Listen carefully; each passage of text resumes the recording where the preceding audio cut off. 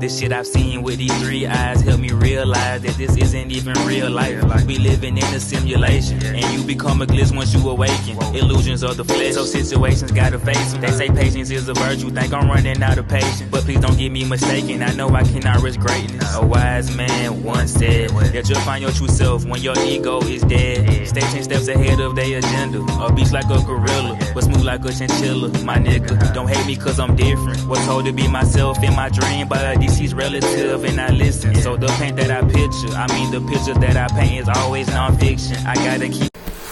Okay, so I am going to talk about why I love the movie, the TV show, OA, and also how I feel like it's congruent with my life. And not only my life, but just like maybe other people's lives as well. Like whoever resonates with this, you feel me? If you resonate with this, then it's for you. But like OA, like I was thinking, the scene that I saw in my head was whenever she went into like the I don't want to do the backstory, it doesn't matter.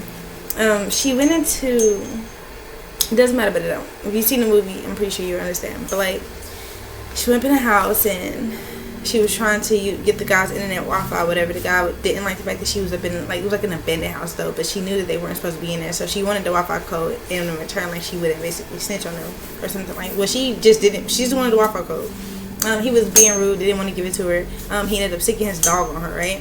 So in the process of that, the dog was attacking her, like, you know, he made her bleed and stuff. And eventually she bit the dog, and then she ended up like holding the dog after she bit it or whatever, and like she literally like diffused the dog, like the dog was like chilling after that or whatever. And basically she was like the one, like it wasn't just her, it was multiple, it was different ones like her as well, but she was basically able to have that state of unconditional love to the point where she was able to, it's like through love, like through the energy of love, how strong the energy of love is, it was able to like transport them through like dimensions. So they basically got like kidnapped, and he was like doing this like sick like experiment on them to like put them through like a certain amount of pain, like inflict a certain amount of pain on them to see like the reaction of like where they like crack basically or something like that. Like it was more to it than just that, but that's like the gist of how I'm getting it right now. But basically, the group, some of them ended up dying, but like they loved each other, like they had this like unconditional ass love for each other to the point, that's what it was. Like, okay, so when they got to the other, like they jumped dimensions and shit, they got to the point where they were able to like jump dimensions. So once they jumped into a different reality, alter universe, I felt like their bond was so damn strong to the point when they were still able to recognize each other, even though they had forgotten and lost memory of what had happened in the previous dimension, that they had even conjured up enough energy to like do this, right? They kind of had forgot about their past life. They were all alter reality of like different people, but they were themselves, if that makes sense. They just had different characters. And so it's like, I'm saying this to say that I take this into like different, like take this into this lifetime. You have reincarnated lifetimes, right? I feel like, and keep in mind, she had this like love-hate ass relationship for the kidnapper, right?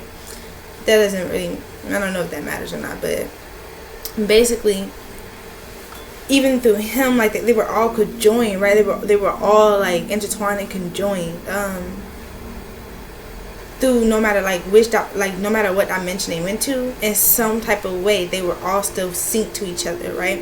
And I take this like with connections, like I feel like when it comes to like the starseed and like light workers, a lot of us are brought into certain connections because in previous lifetimes or previous lifetimes before that, it's like a energy of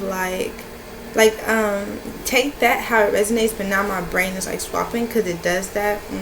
But it's like you have multiple lifetimes with a person, right?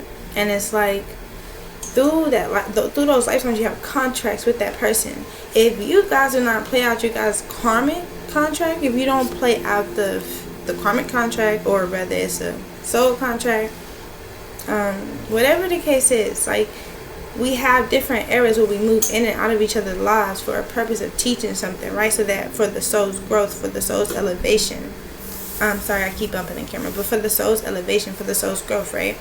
And so it's like, when you embody that energy of unconditional love through your connections, when you understand that everyone is a reflection of you, everyone that you connect with is a reflection of you, and it's very important to have that unconditional love towards those people, even if you're no longer in connection with these people.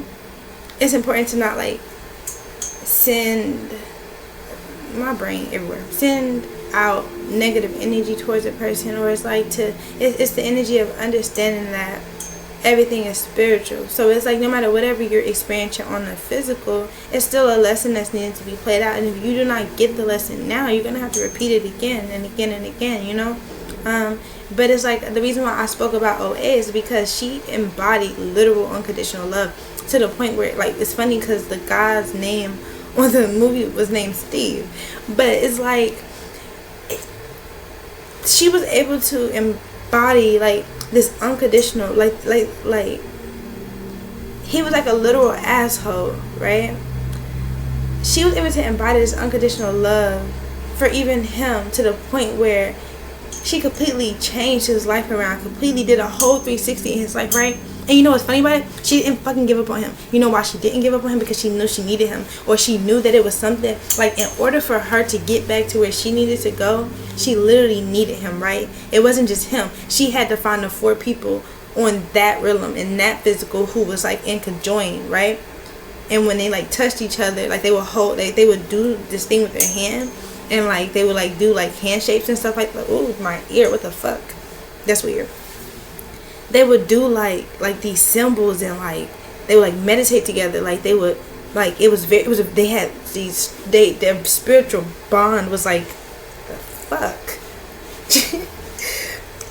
Just chill. Okay.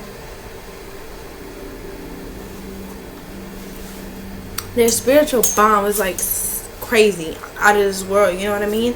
And it's like, she was still able to find that same energy within a different dimension with different people, but they all still embody the same energy of unconditional fucking love, right?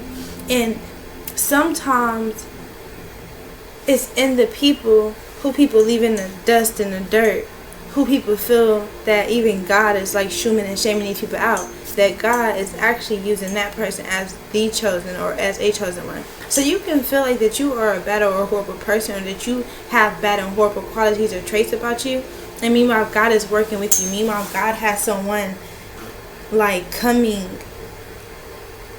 in for you. God has someone coming in to like shift your entire world around. And she understood her assignment, which is why she didn't give up on him. She kind of didn't even give a fuck about that. Like, she kind of didn't even care of just how like of a shitty person he was, because she knew that eventually, like, yes, they kind of like, you know, bumped heads a little bit, but she knew that through her unconditional love that she was gonna succeed in her contract and her goal of what she was trying to obtain. And only through unconditional love can you do that. Because if you do not do it through unconditional love, guess what? You're going to have to learn that cycle again, repeat that cycle, whatever the case is. And I'm kind of like intertwining the movie with reality. Yeah. But that's that. And I wanted to kind of talk about that. I wanted to kind of tap on that for you guys or whatever. I think that's pretty crazy. But yeah, that's that.